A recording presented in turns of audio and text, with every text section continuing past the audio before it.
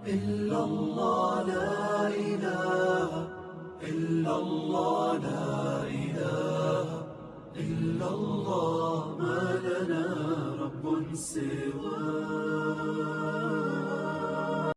اعوذ باللہ من الشیطان الرجیم. بسم اللہ الرحمن الرحیم.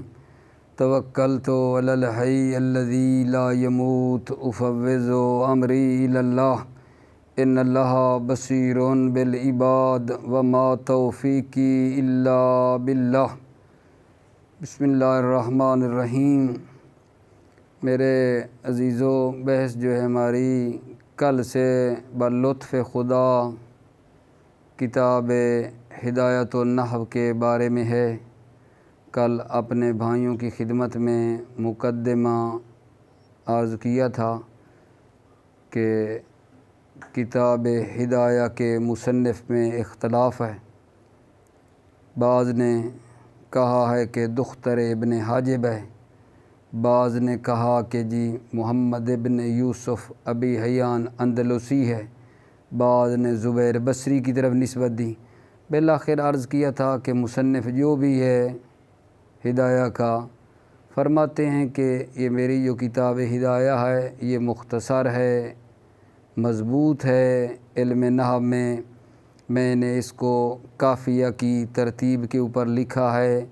کافیہ جو ہے ابن حاجب کی کتاب جو ہے علم نحو کے بارے میں ہے، اس کی ترتیب پر انہوں نے لکھا. اور کافیہ کی ترتیب جو تھی وہ یہ تھی کہ پہلے اسم کی بحث، پھر جو ہے اس میں فعل کی بحث تھی، پھر حرف کی. اسم کی بحث میں پہلے مرفوعات کی، پھر منصوبات کی، پھر مجرورات کی. اسی ترتیب کے اوپر مصنف نے اپنی اس کتاب کو شروع کیا. فرماتے ہیں میں نے کافیہ کی ترتیب پر اس کو لکھا ہے، لیکن مثالیں جو ہیں نا، مسائل کی مثالیں دی ہیں، دلیل نے بیان نہیں کی کہ طالب علم جو ابتدائی طالب علم ہیں ان کا ذہن جو ہے ان سے مشوش نہ ہو جائے، پریشان نہ ہو جائے. لہذا مثالیں دی ہیں، دلیلیں بیان نہیں کی ہیں، اور کتاب کا نام ہدایہ رکھا اس امید کے اوپر کہ اللہ تعالیٰ اس کے ذریعے سے طالب علموں کی ہدایت فرمائے.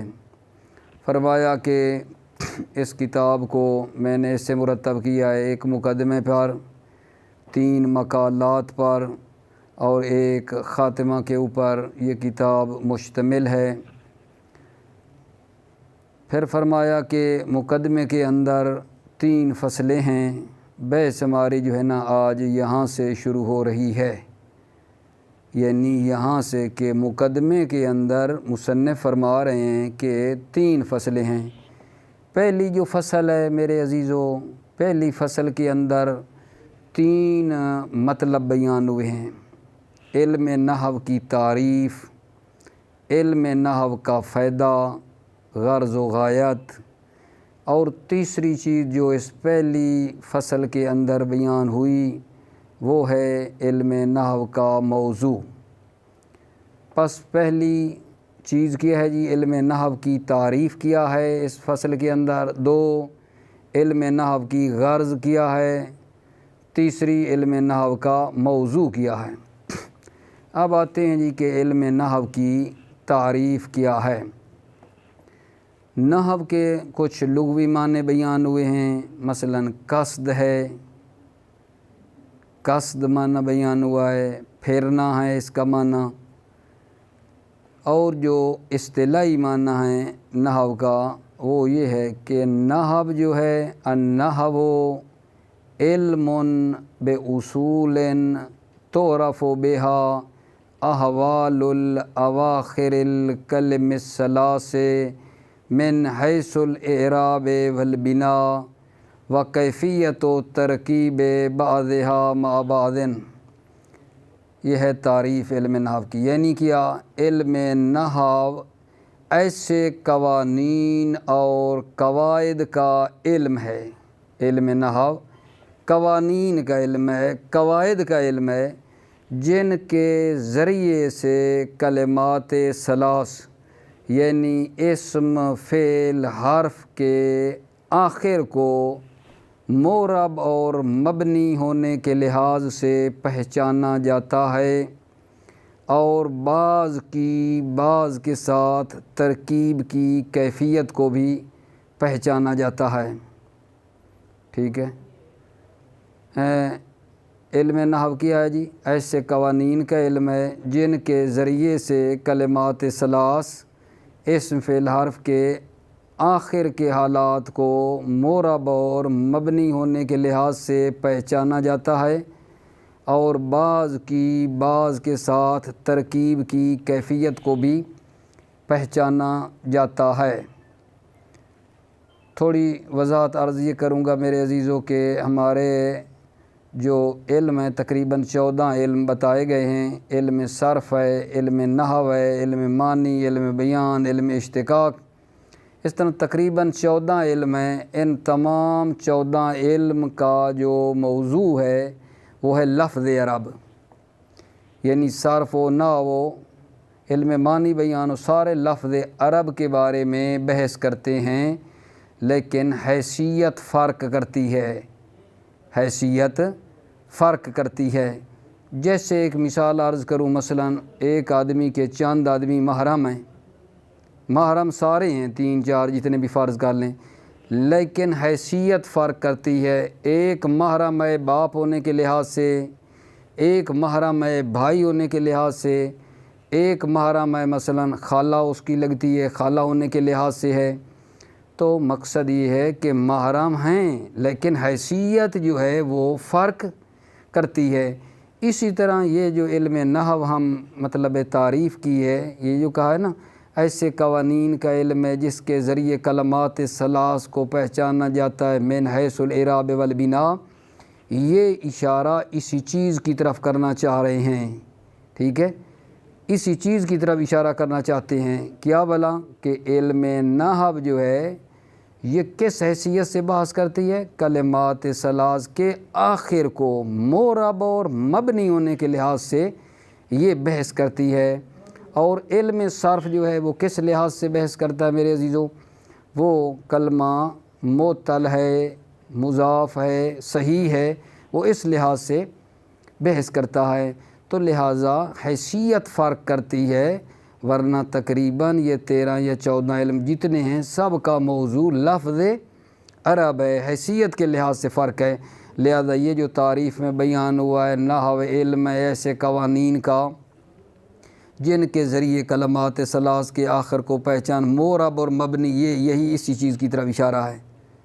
ٹھیک ہے، یعنی کہ یہ نحو جو ہے کلمات ثلاث کے آخر کو بتاتی ہے مورب اور مبنی ہونے کے لحاظ سے، اور بعض کے ساتھ ترکیب کی کیفیت کو بارے میں بھی معلوم کیا جاتا ہے۔ کیا مطلب نحو علم ہے ایسے قوانین کا؟ مثلا نحو علم ہے ایسے قوانین کا کیا بلاغہ جان؟ کلو، نحو میں ہم پڑھتے ہیں نا، کلو فاعل مرفوع، کلو مفعول منصوب، کلو مضاف الیہ مجرور، یہ قواعد ہیں یا نہیں؟ تو نحو میں ایسے قوانین کلیہ کے بارے میں بحث کی جاتی ہے جن کے ذریعے سے کلمات ثلاث کے آخر کو مورب اور مبنی کی تعریف انشاءاللہ بعد میں آئے گی، ہم پڑھیں گے کہ مورب اسے کہتے ہیں، حکم یہ ہے کہ جو مختلف عوامل کے آنے سے جس کا آخر بدل جائے اسے مورب کہتے ہیں۔ ٹھیک ہے، اور مبنی اسے کہتے ہیں کہ جو مختلف عوامل کے آنے سے جس کا آخر نہ بدلے، انشاءاللہ بعد میں یہ ہم نے پڑھنا ہے۔ ٹھیک ہے، تو نحو کے بارے میں کیا عرض کر رہا تھا آقا جان؟ ایسے قوانین کا علم ہے جن کے ذریعے سے کلمات ثلاث کے آخر کو مورب اور مبنی ہونے کے لحاظ سے پہچانا جاتا ہے، 1 2 بعض کے ساتھ ترکیب کی کیفیت کو بھی پہچانا جاتا ہے، بعض کے ساتھ ترکیب کی کیفیت کو پہچانا جاتا ہے۔ یعنی کیا میرے عزیزو؟ یعنی مثلا جب جملہ بنانا ہو، ایک فعل ہو، ٹھیک ہے، پھر کیا ہوگا؟ فاعل ہوگا، فاعل کے بعد کیا آئے گا؟ مفعول ہوگا۔ یعنی بعض کے ساتھ سیٹنگ اور ترکیب ایسے ہونی ہے، فعل پہلے آئے گا، فعل پھر فاعل ہوگا، پھر مفعول ہوگا۔ ٹھیک ہے، اگر جملہ اسمیہ بنا رہے ہیں تو پہلے آگا جان کیا لائیں گے؟ مبتدا آئے گا، پھر کیا آئے گی؟ خبر آئے گی۔ یہ اصل اولی یہ ہے، مبتدا مرفع ہوتا ہے، خبر نکرہ ہوتی ہے، مبتدا ہوگا پہلے پھر خبر آئے گی، ٹھیک ہے۔ مگر یہ کہ نکرے کے بھی بعض جگہ پہ مجوزات ہیں کہ وہ بھی مبتدا بن سکتا ہے۔ تو بعض کے ساتھ ترکیب کی کیفیت کیا ہے کہ جب ہم جملہ بنانے لگیں تو پہلے جملہ فعلیہ فعل لائیں، پھر فاعل لائیں، پھر مفعول لائیں۔ یہ کیا کہتی ہے؟ یہ علم نحو میں بتاتی ہے کہ اس طرح کر کے تم رکھو۔ جملہ فعلیہ ہو، ٹھیک ہے، تو وہ جملے کا اس فعل کا جو فاعل ہے، فاعل فعل پر مقدم نہیں ہو سکتا، یہ نحو کہتی ہے۔ فاعل ہمیشہ فعل کے بعد میں آتا ہے، ٹھیک ہے۔ یہ ہے بعض کے ساتھ ترکیب۔ اور جملہ مطلب آپ بنا رہے ہیں، اسمیہ بنا رہے ہیں، پہلے مبتدا لائیں گے پھر خبر لائیں گے، ٹھیک ہے۔ مقصد یہ ہے کہ بعض کو بعض کے ساتھ مرتب کیسے کرنا ہے۔ یہ ہو گئی جناب علم نحو کی میرے عزیزو تعریف۔ تعریف کے بعد دوسری اس انہوں نے جو بتائی ہے وہ یہ ہے غرض کیا ہے۔ غرض کا مطلب ہوتا ہے وہ چیز، غرض وہ چیز جو کسی کو کسی کام کے اوپر کیا کرتی ہے؟ ابھارتی ہے۔ غرض وہ چیز ہے جو کسی کام پر کیا کرے؟ ابھارے، ٹھیک ہے۔ تو علم نحو کی غرض کیا ہے؟ بالفاظ دیگر کہوں اس کا فائدہ کیا ہے؟ علم نحو پڑھنے کا فائدہ کیا ہوگا آقا جان؟ صیانۃ اللسان عن الخطاء اللفظی فی کلام العرب۔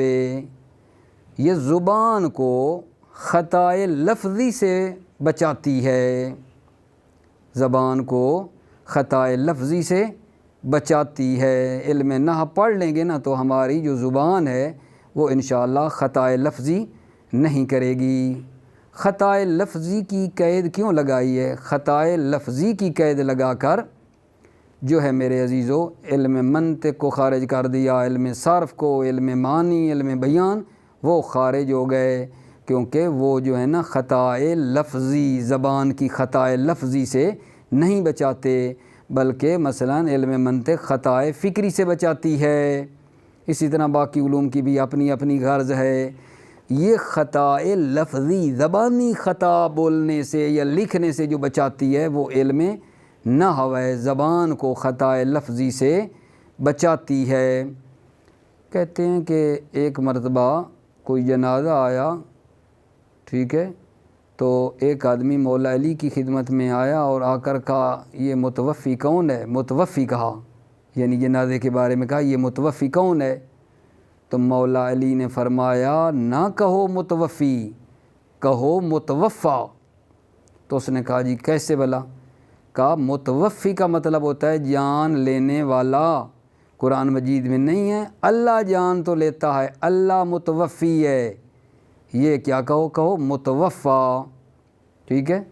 تو کیا مطلب ہے؟ یعنی اس طرح اگر بندہ صحیح نحو سے واقف ہوگا تو اسے پتہ چلے گا کہ مجھے اس کو کیا کہنا چاہیے، متوفی مرنے والے کو کہوں یا متوفا کہوں، ٹھیک ہے، کیا بنتا ہے۔ یا مثلا یہی لے لیں، یہ عام طور پہ آپ نے محاورہ استعمال کیا ہوگا، فی کہتے ہیں جب خدا حافظ کرنے لگتے ہیں تو، ٹھیک ہے، بعض کہہ دیتے ہیں فی امان اللہ، فی امان اللہ، ٹھیک ہے۔ یہ بھی تو سوچا کہ بھائی فی لگا ہوا ہے، فی حرف جر ہے، لیکن اگر بندہ یہ جانتا ہوگا تو کہے گا نہیں امان اللہ نہیں، فی امان اللہ ہے، فی جر ہے، وہ کیا دیتا ہے جان؟ جر دیتا ہے اسم کو، ٹھیک ہے۔ یا مثلا آپ پڑھتے ہیں بسم اللہ الرحمن الرحیم، تو بسم اللہ کیوں جی؟ ٹھیک ہے، کیوں پڑھوں میں بسم اللہ ہے، بسم اللہ کیوں نہ پڑھ لوں؟ ٹھیک ہے۔ تو یہ علم نحو ہے جو ہمیں بتائے گی عبارت تم نے پڑھنی ہے، آیات اور روایات پڑھنی ہیں، یا علماء بزرگوں کی عبارت کے اوپر جو مثلا اعراب نہیں لگے ہوئے کیا پڑھنا ہے، کیسے پڑھو، یہ فاعل بن رہا ہے، مفعول بن رہا ہے، اسی کے مطابق اعراب دو، مبتدا ہے، خبر ہے، صفت ہے، کیا ہے یہ چیز، اس کو دیکھ کے نحو کے قوانین کو مد نظر رکھ کر پڑھیں گے میرے عزیزو، ٹھیک ہے۔ یہاں ہی ایک بات اور عرض کر دوں، ممکن ہے آپ میں سے کوئی عزیز یہ اشکال کرے کہ بہت سے لوگ ہوتے ہیں نحو کو پڑھتے ہیں لیکن پھر بھی غلطیاں کر جاتے ہیں، تو ان کی خدمت میں عرض کروں گا بات صحیح ہے، ٹھیک ہے، نحو پڑھتے ہیں غلطیاں کرتے ہیں کیونکہ رعایت نہیں کرتے، ٹھیک ہے، بس اپنی مرضی سے پڑھتا گیا، ٹھیک ہے، خود ہی آپ نے دیکھا ہوگا آپ عزیز طالب علم ہو، ٹھیک ہے، فی حرف جر لگا ہوا ہے، با جر لگی ہوئی ہے، اپنی مرضی سے پڑھتا جا رہا ہے، بھائی پیچھے لگا ہوا ہے کیوں نہیں پڑھ رہے ہو؟ جی توجہ نہیں کی، بے توجہی کی وجہ سے، قوانین کی رعایت نہ کرنے کی وجہ سے تو ظاہر ہے پھر غلطیاں ہوتی ہیں، ورنہ اگر بندہ توجہ کرے، توجہ بڑی مہم چیز ہے، جب بھی آپ عبارت پڑھ رہے ہیں تو جو قوانین یاد ہیں ان کو لاگو کرنے کی کوشش کریں، ٹھیک ہو گیا میرے عزیزو۔ دوسرا یعنی فائدہ بھی ہمیں مل گیا کہ علم نحو کا فائدہ کیا ہے، زبان کو خطا لفظی سے بچاتی ہے، اور تیسری چیز جو ہے کہ علم نحو کا جو ہے وہ موضوع کیا ہے، علم نحو کا موضوع کلمہ اور کلام ہے۔ موضوع اسے کہتے ہیں جس کے اطراف میں بحث کی جاتی ہے، تو علم نحو جس ٹاپک موضوع کے گرد گھومتی ہے اور بحث کرتی ہے وہ ہے کلمہ اور کلام۔ کیوں کلمہ اور کلام؟ آپ کتاب نحو کی اول سے لے کر آخر تک دیکھ لیں، یا آپ بحث کر رہے ہوتے ہیں مبتدا کی یا خبر کی یا فعل کی یا فاعل کی یا مفعول کی یا صفت کی یا حال کی یا تمیز کی، بطور مثال عرض کر رہا ہوں، یہ سارے، یا مفرد کی یا جملہ کی، یہ سارے، یا مفرد کی یا جملہ کی، یہ سارے کے سارے جو عرض کر رہا ہوں یہ کیا ہیں آگا جان؟ یہ یا جناب علی کلمہ ہیں یا کلام ہیں، لہٰذا جو بحث کی جاتی ہے وہ ساری ان سے باہر نہیں ہے، یا کلمہ ہوتا ہے یا کلام ہوتی ہے، ٹھیک ہو گئے میرے عزیزو۔ عرض کر دیا ہے کہ پہلی جو فصل ہے اس کے اندر 3 چیزیں بیان ہوئی ہیں، علم نحو کی تعریف جو بیان کی، علم نحو کی غرض و غایت، اور تیسرا علم نحو کا موضوع، ٹھیک ہے، یہ آپ کی خدمت میں جو خلاصہ بیان کیا ہے، ٹھیک ہے، یہ پہلے عرض کر لیتا ہوں، پڑھ لیتا ہوں، پھر انشاءاللہ اگلی فصل شروع کرتے ہیں، آپ توجہ فرمائیے۔ بسم اللہ الرحمن الرحیم۔ الفصل الاول، النحو علم باصول تعرف بها احوال اواخر الکلم الثلاث من حیث الاعراب والبناء وکیفیت ترکیب بعضها مع بعض۔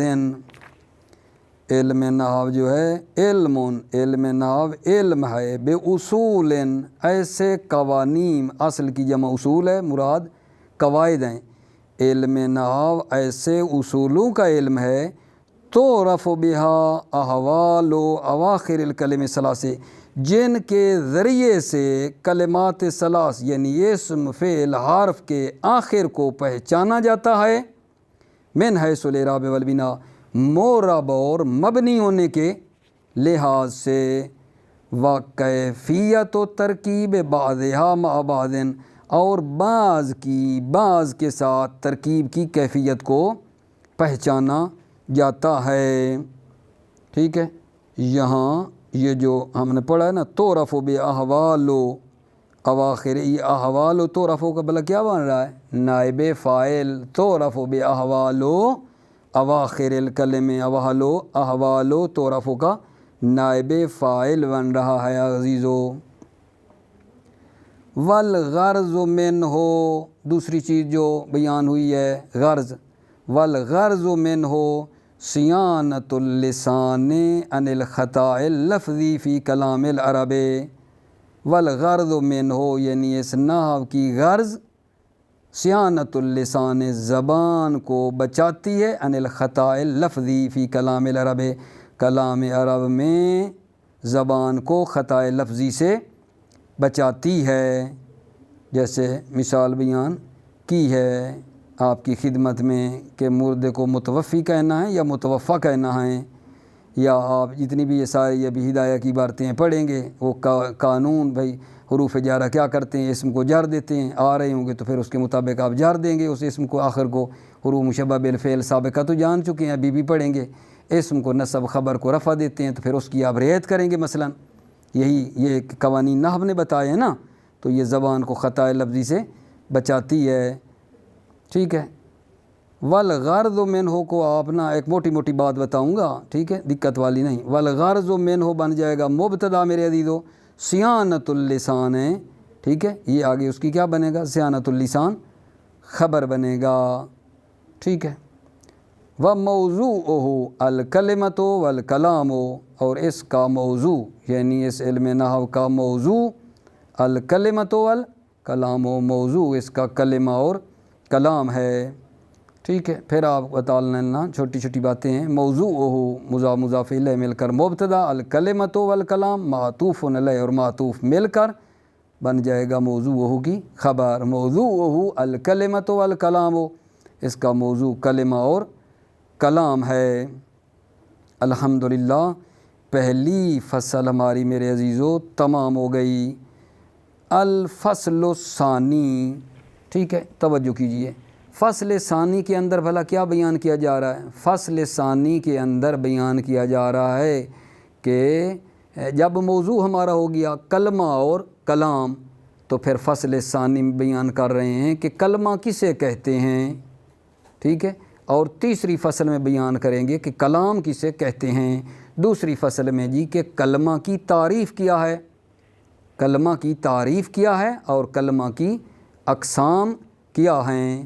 کلمہ کی تعریف کیا ہے آگا جان؟ الکلمۃ لفظ وضع لمعنی مفرد، کلمہ وہ لفظ ہے، الکلمۃ لفظ وضع لمعنی مفرد، جس کو مفرد معنی کے لیے وضع کیا گیا ہے۔ کلمہ کیا ہے؟ کلمہ لفظ ہے، وہ لفظ ہے جس کو مفرد معنی کے لیے وضع کیا گیا ہے، ٹھیک ہے۔ کلمہ کی پھر آگے قسمیں ہیں، کلمہ کی قسمیں ہیں۔ کلمہ کی میرے عزیزو 3 قسمیں ہیں، اسم، فعل، حرف، اس سے باہر نہیں ہے۔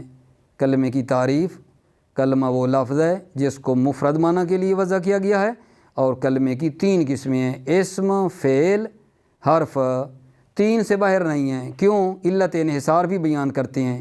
کیوں؟ کیونکہ کلمہ جو ہے یا بذات خود اپنے معنی پر دلالت نہیں کرتا تو وہ حرف ہے، یا کلمہ اپنے مستقل معنی پر دلالت کرتا ہے اور 3 زمانوں میں سے کسی کے ساتھ ملا ہوا بھی نہیں ہوتا ہے۔ 3 زمانے ماضی مضارع، ٹھیک ہے، حال کسی کے ساتھ ملا ہوا بھی نہیں ہوتا ہے تو اس کو اسم کہتے ہیں، یا کلمہ اپنے مستقل معنی پر دلالت کرتا ہے اور 3 زمانوں میں سے کسی کے ساتھ ملا ہوا بھی ہوتا ہے تو اسے فعل کہتے ہیں۔ یہ ہو گیا آگا جان انحصار، اس سے باہر تو نہیں ہے۔ کلمہ کی تعریف، کلمے کی یہ اقسام آگا جان آپ کی خدمت میں پیش کر دی ہیں، ٹھیک ہے۔ ابھی آپ توجہ فرمائیے، اسی کو پڑھتے ہیں، پھر انشاءاللہ دیکھیں گے کیا ٹائم اجازت دیتا ہے۔